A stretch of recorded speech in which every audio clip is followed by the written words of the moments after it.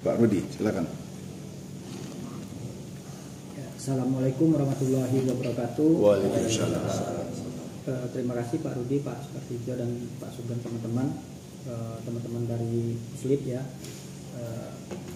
Mungkin saya perkenalkan dulu, saya Rudi Zariansa, Rudi kecil ya. Kalau Pak Rudi besar ya. Kami di NGO atau organisasi itu di SNP itu memang kita ada beberapa aspek ya. Salah satunya di komoditi karet. Kita udah bergerak di Sumsel ini dari tahun 2014. Kita melakukan pendampingan pembinaan kepada petani karet.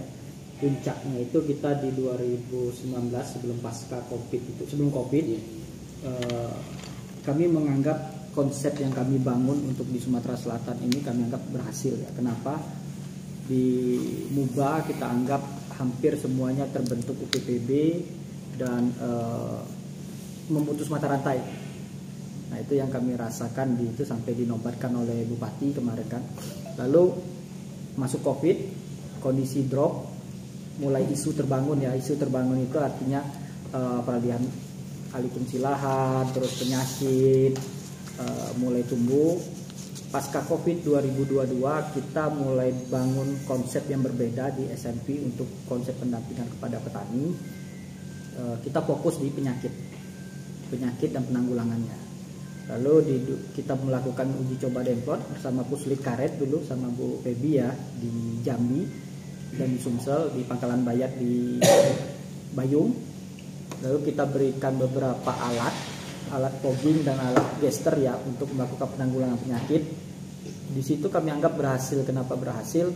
Karena memang tepat sasaran kepada penanggulangannya. Namun balik lagi ke sisi aspek pembiayaan, ketika ini diberikan kepada petani merasa keberatan. Kata Pak Sugeng, kata teman-teman tadi, biaya untuk pemenuhan kebutuhan rumah tangga saja kurang, apalagi harus memenuhi kebutuhan lain. Akhirnya kami coba bangun namanya, kalau teman-teman lihat di MP ya, Best Management Practice di karet. Akhirnya kita ubah konsepnya. Konsepnya tadi yang Bapak bilang organik, itu di SNP membangun konsep namanya regeneratif agriculture. Nah regeneratif itu gimana teman-teman? Memperbaiki kondisi tanah dulu. Kenapa? Konsep JAP naiknya itu sebenarnya jamur ini baik. Jamur ini baik, dia sebagai penguntung, memberikan keuntungan kepada petani, kepada tanaman sebagai mikroorganisme, sebagai pengurai di tanah. Karena di dalam tanah ini ada berbagai macam mikroorganisme. Mungkin kita dulu zaman kecil-kecil, saya SMA atau SD masih merasa rantai pasok kehidupan dari paling tinggi ke yang rendah. Nah di tanah itu seperti itu.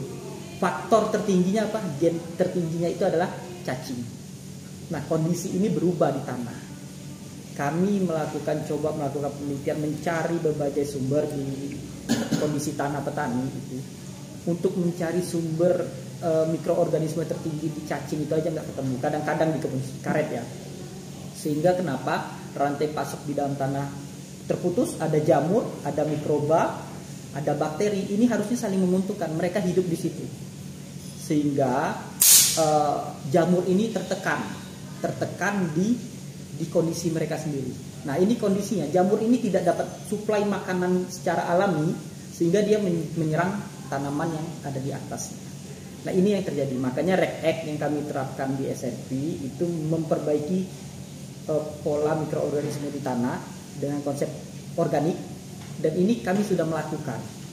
Nah kami sudah melakukan di beberapa provinsi, termasuk di Sumsel juga, dan ini termasuk besar penekanan penyakitnya. Karena kondisi yang terbesar ini yang di masyarakat yang terjadi ini, kendalanya penyakit. Ketika penyakit datang mempengaruhi getah.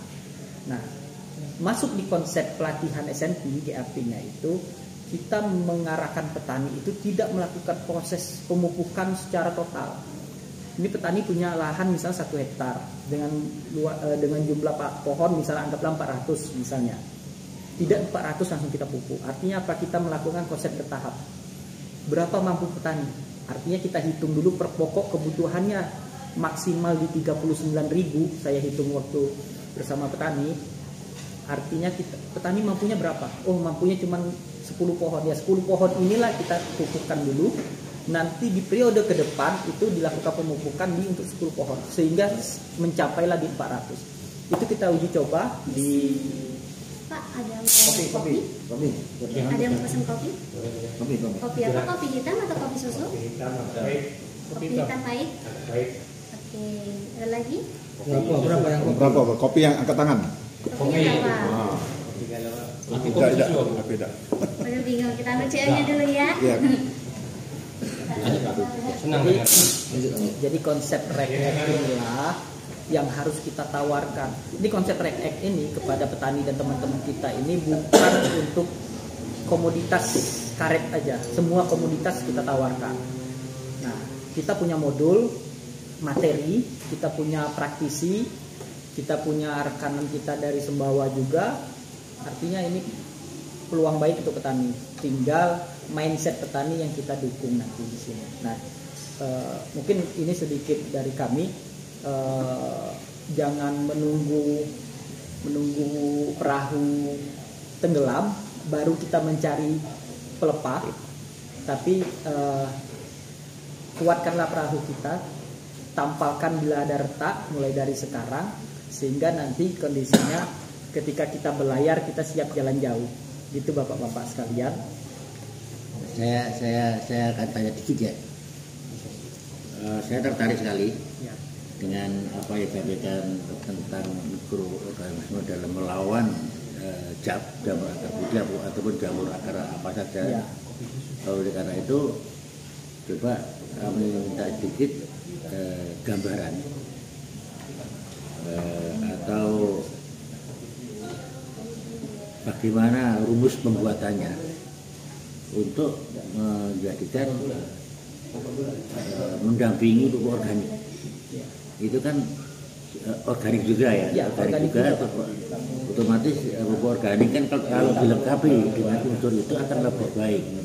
Nah, saya coba minta penjelasan lebih jauh, karena saya sendiri punya rumah produksi dari pupuk organik itu, tapi kalau ada tambahan ilmu lagi kan lebih baik. Makasih. Ya. Nanti mungkin kita diskusi lebih lanjut Pak ya. Ya. Terkait Saya minta rumusnya. Ya. Nanti oke, kita pending dulu ya. Soal rumus.